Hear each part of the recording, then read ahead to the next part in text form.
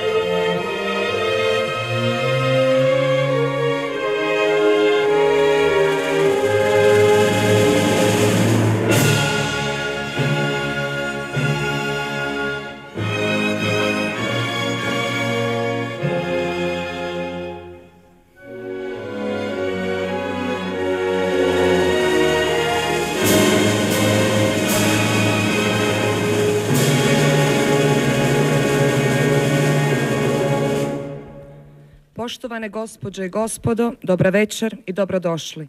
Obraćate nam se predsjednik Republike Hrvatske Ivo Josipović. Poštovani generale Gotovina, poštovani generale Markač, poštovani aktivni i umirovljeni generali i admirali. Danas je za sve nas lijepi dan. Dan u kojemu smo dobili i sudsku potvrdu da je pravo pobjedilo, da je pravda pobjedila i da naši generali nisu krivi za zločine koji su im se stavljali na teret. Danas je presuda potvrdila da hrvatska obrana, oslobađanje naših teritorija nije bio zločinački pothvat. Danas smo vidjeli koliko naši ljudi vole svoju domovinu, koliko su zahvalni onima koji su je obranili i svi zajedno smo ovdje da još jednom iskažemo vama, gospodo generali, zahvalnost za sve što ste učinili, jer vi ste, osim što ste dali doprinos, veliki doprinos u ratu, bili i žrtve u miru. Bili ste žrtve nepravedne optužbe. Vi ste nosili teret nečijeg tuđeg zločina i nečije tuđe pogreške. Danas kad ste došli održali ste kratak, ali zapravo sjajan, veličanstven govor, i jedan i drugi. Pogledali ste u budućnost i rekli idemo naprijed. Idemo naprijed graditi Hrvatsku upravo onakvu za koju ste se borili. Modernu, europsku Hrvatsku u kojoj za svakog čovjeka ima mjesta, u kojoj vlada vladavina prava, demokracija, ljudska prava, uspjeh i prosperitet. Ja sam siguran da će ova današnja presuda i sve ovo što se danas lijepo dogodilo oko te presude biti poticaj da gradimo upravo takvu Hrvatsku. Hrvatsku koja voli svoje ljude, državu koja brine o pravu, koja brine o pravdi, koja brine o tome da svatko ko je počinio zločin bude kažnjen, a da svatko nevin bude oslobođen. Današnji lijepi događaj koji smo evo svi skupa pratili uživo, neki na televiziji, pokazuje koliko naši ljudi vole svoju domovinu i koliko su je spremni upravo graditi onakvu kakvu ste danas rekli. Okrenutu s pogledom u budućnost, napredak i razvoj. Hvala vam što ste došli ovdje. Ova vrata su vam s pravom širom otvorena jer ste zadužili Hrvatsku. Mislim da izražavam dobrodošlicu svi u vas. Ovdje su vaši ratni drugovi, ovdje su oni koji su vas naslijedili, koji su isto tako časno i ponosno nosili odoru Hrvatske vojske i isto tako učinili da Hrvatska danas bude europska, demokratska i slobodna zemlja. Hvala vam lijepo.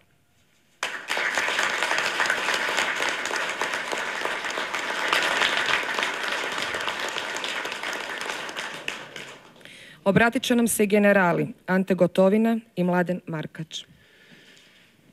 Gospodine predsjedniče, hvala na pozivu i hvala na dočeku. Danas za mene je jedan sretan dan, jer poslije toliko godina To je bio jedan maraton koji je bio neizvjesan, sa puno prepreka koje ja nisam ni razumio, nisam pravnik, ali hvala Bogu imao sam stručan tim i ljude koji su radili, teško radili, mnogo godina radili i na kraju došlo je ono što smo i očekivali, u što smo vjerovali, u što sam ja stalno vjerovao, da će suci donijeti pravednu i pravilnu odluku. I donijeli su je danas. Zato Domovinski rat je završio 95. s Olujom. Ali danas je pravna Oluja i pobjeda, 100% pobjeda. Naš Domovinski rat je čist, naš Domovinski rat pripada povijesti, našoj povijesti. On je temelj na kojem gradimo i ono što će biti naša budućnost. Sigurno ona pripada nama, ona ovisi o nama, mi smo s vama i imate našu potporu. Sretan sam što vidim danas ove sve ljude ovdje. Mnogi su ostarili, vidim sjede kose i tako dalje. Ali sretan sam što ih vidim. To su moji suborci, moji prijatelji. Evo, ponovno smo zajedno i imat ćemo prilike da se družimo. Hvala vam još jednom.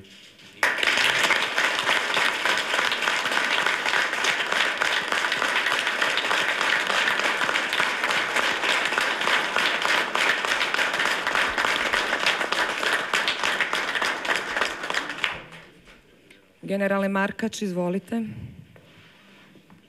Poštovani gospodine predsjedniče, zahvalan sam što imam čast danas biti u vašem društvu i u društvu mnogih svojih kolega kojima sam 90. godine započeo Domovinski rat. Na početku rata bio sam policajac, malo sam znao o ratu. Kako je odmicalo vrijeme, mi smo stvarali vojsku i na kraju stvorili jednu elitnu vojsku. Ja sam bio na to neizmjerno ponosan. Ponosan na sve one koji su danas ovdje u ovim redovima, a koji su pomagali i zajedno sa mnom počinjali od nule. Međutim, moj ponos je bio srušen optužnicom da sam praktički član zločinačkog poduhvata. To me jako pogodilo i mislio sam da ću naprosto umrijeti ako se takva presuda donese. Što je vrijeme odmicalo, mnogi ljudi ovdje koje danas stoje su pomagali, bili su uz nas i službeno, oni koji su bili na dužnostima i oni koji više nisu bili na dužnostima. Hrvatska država jako puno sa svojim institucijama nam je pomogla, a nam je to bilo lakše jer smo znali ne samo da su institucije državne iznad nas, nego da su i ljudi iznad nas, a poglavito naši branitelji.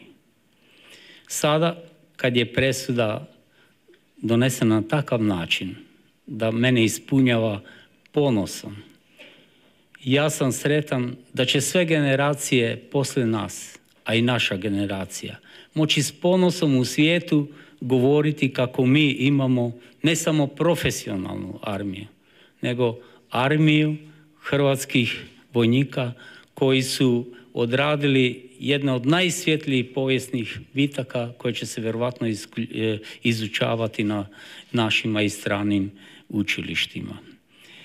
Naravno, ponosan bude svatko koji je bio pripadnik Hrvatske oružane sile, ali i svaki građanin koji će otići u svijet i koji će moći kazati ja sam Hrvat i nemamo nikakvu mrlju kao Hrvatska, idemo u svijet, gradimo budućnost bez ikakve mrlje na svojoj povijesnoj karti. Ja vam zahvaljujem što ste me ovdje primili, što sam mogao reći ovako riječ, ali zahvaljujem ponovo svima onima koji su nam davali potporu da nam lakše bude u Haagu i da dođemo do ovakve pobjede. Hvala svima vama koji ste tu, ali hvala i čitavoj Hrvatskoj, jer to je pobjeda sviju, a ne samo nas. Hvala vam još jednom.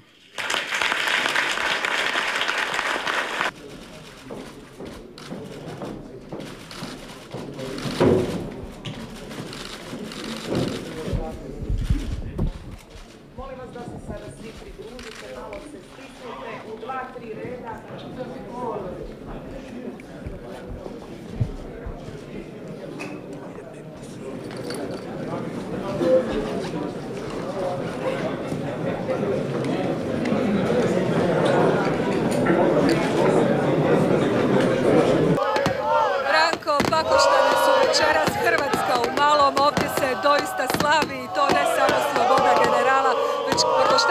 kažu i konačna sloboda naše Hrvatske, vatromet i bakljada. Nadam se da ćemo sa našom slikom na trenutak zadržati na ovom veličanstvenom vatrometu i bakljadi. Ne treba puno pričati, ovo su večeras Pakoštane. Na tisuće ljudi slilo se iz cijele Hrvatske u središte mjesta i ovo će slavlje potrajati do kasno u noć. Samo ću na trenutak zašutjeti radi ugođaja. I još na kraju da kažemo kako će zapravo vrhunac slavlja se dogoditi onoga trenutka kada slobodni general Ante Gotovina ponovno stigne u mjesto u kojem je odrastao. U Pakoštanima suze radosnice, njihov Ante dolazi kući.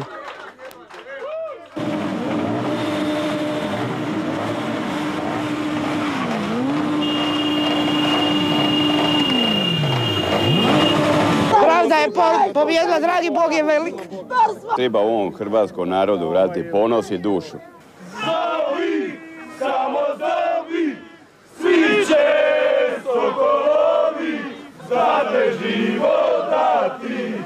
Najsretnija žena u mjestu je teta Marija, koja je odgojila generala. Boga blagoslove i oni koga znam govorija i koga oslobodija pravedno. Pucalo se iz topa, letjeli su migovi.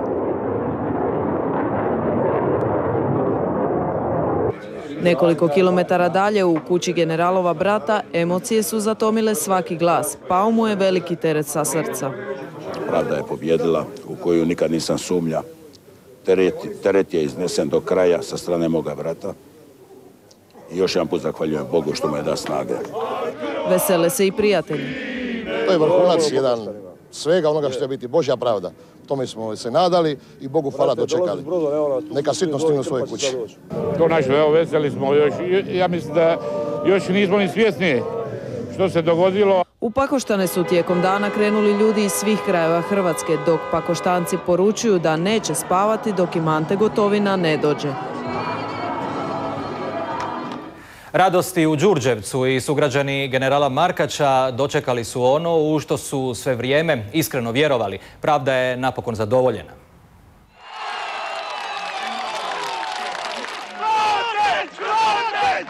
Okupljeni na trgu Svetog Jurija, prijatelji, suborci i sugrađani generala Mladena Markača nakon oslobađajuće presude emocije nisu krili. Prva reakcija. Pobjeda Hrvatska! Sloboda! To je moj zapovjednik i naš general. Sretan sam beskrajno i znao sam da će iste pobijediti. Potvrdili smo da nismo zločinci, da smo oslobodili, samo branili svoje pragove i drago mi je da konačno pravda pobjedila. Idu doma! Na susret sa svojim sugrađaninom ipak će malo pričekati, no kad gotovo bude, Đurđevčani će ga znati dočekati. Dočekat ćemo ga kao heroja i kao počasnog građana grada. Slavila je i generalova obitelj. Živjeli! Živjeli! I vama. Ajde, živjeli. Zovu nas, evo, telefoni rade, 3 telefona, 4 su na stolu, već i to zovu, ne možemo se ni javljati svima. Zove iz Offenbacha, iz Njemačke. Prijatelj. Robi. Čekam ga ko zemlji sunce, verujte mi, da me zagrli. Rekao mi je, čestital mi je imen dana 1.11.